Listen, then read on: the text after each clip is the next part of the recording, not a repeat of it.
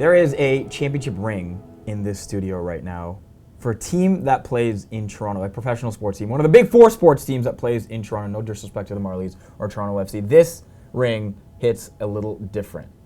Take us through the process of, well, first of all, the process to get said ring made by your company. How did that go down? Well, the process starts from as soon as the Raptors make the finals, we're already designing rings. Mm-hmm. We're already putting ideas together, putting our creative brief, taking history points, story points of the season, and obviously waiting to see what happens in the championship before we kind of present our preliminary designs to the organization. So typically that's how it starts, and then they get back to us saying, hey, okay, here's some, we've got ideas what we want. They give that to us. We create our preliminary designs and meet them for the first time, and then it's an ongoing process from there. I think we did about 30 different renditions of the design before we got to this stage. And so why this stage? Take us through some of the intricacies and story details on this ring that ultimately led it to be the final version. Well, I mean, Kyle was very instrumental in where this ring is today. I mean, he had a vision on what he wanted a ring. We came with some great designs, we thought. Traditionally with the logo on top, every ring has had that. He wanted something different. He wanted something to emulate the city, the country, the players.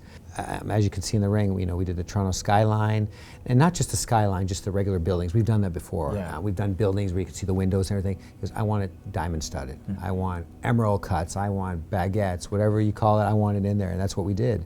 We had to get custom cut baguettes. They're all Canadian mined diamonds. So we had to get the rough cuts to cut them to that, to meet those specifications. And the reason it's this big, it was asked this question today. Why is it this big? Because we had to get it big enough to fit the skyline and the custom diamonds in there. So Kyle made you guys work as much as he makes his teammates work. Yes, and stuff. You guys felt like you were part of that team. Exactly.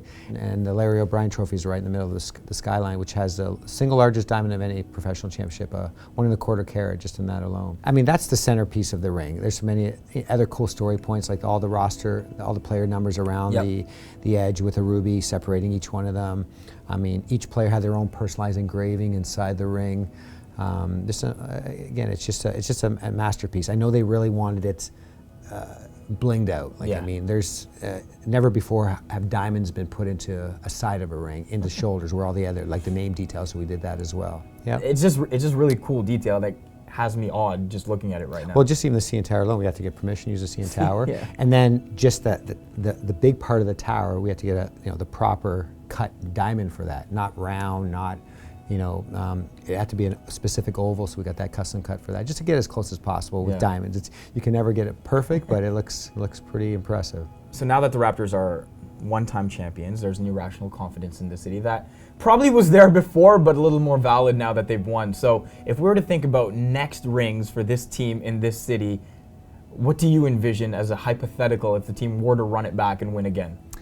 I mean, I don't know if you go bigger. I think you just have it same size for the other hand, right? Oh, yeah. And you probably put 2 Larry O'Brien trophies on it, right, instead of 1. So, yeah, it's how do you top this one? It's I mean, those are the only 2 points I can think of right now. That's fine. Yeah, start making the call. Yeah, exactly. Yeah. I think halfway during the season we'll start. Okay, let's put some ideas together. Who knows, right? Yeah.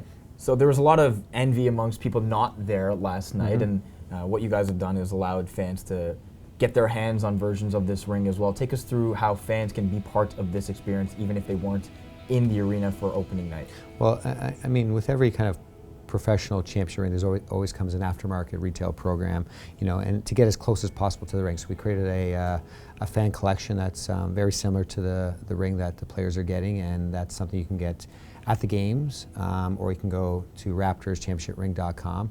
And it's also on the Raptors mobile app. Just click the link and go to it as well. I saw a lot of fans purchasing yesterday as well, so that's great. So you better get there quick because they're going to fly.